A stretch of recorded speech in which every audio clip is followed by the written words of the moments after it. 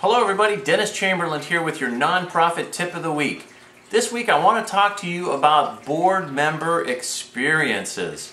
Are they having a good experience with you?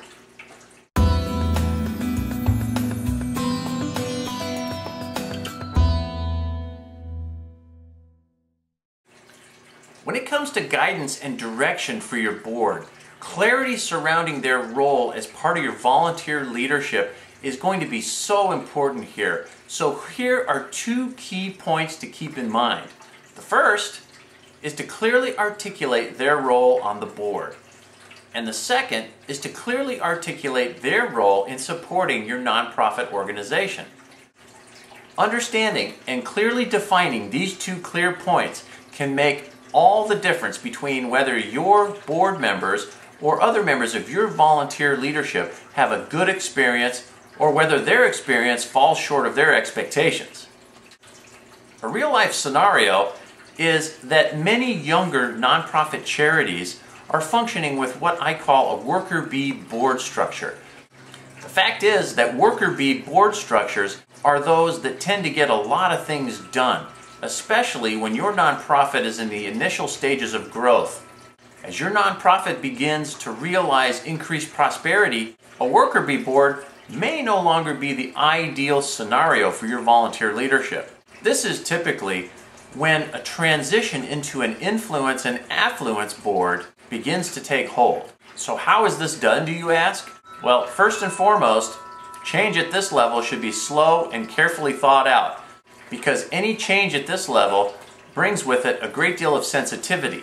For that matter, I would suggest that the process of change to an influence and affluence board be embraced and accepted as part of their responsibility by your board president. Now, you as the senior leadership, either the executive director or other, need to be there to support that board president, but it's very important that the message come from the board president. Now, the fact is that members of your board expect some degree of structure and process in their volunteer experience. What they want is to know clearly how they can best use their skills and talent to benefit your organization. After all, they've chosen your organization to volunteer their time with. It's all about being upfront and transparent with them during their recruitment process.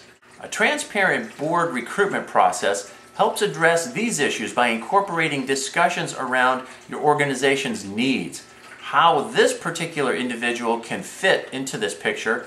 Then it's your responsibility to create a reality check that reconciles what you need with what they're truly capable of providing. Establishing these clear expectations up front, especially when it comes to their role and responsibility regarding board giving, is going to maintain your credibility as an authentic partner. And it's going to enable them to enter this new relationship with their eyes wide open. The key takeaway here is that you do not want any of your volunteer leadership to be surprised by what they did not realize was expected of them. So ensuring that members of your volunteer leadership have a good experience is important to recruiting additional volunteers of increased influence and affluence as your charity begins to grow and prosper. I'm Dennis Chamberlain, and that is your tip of the week.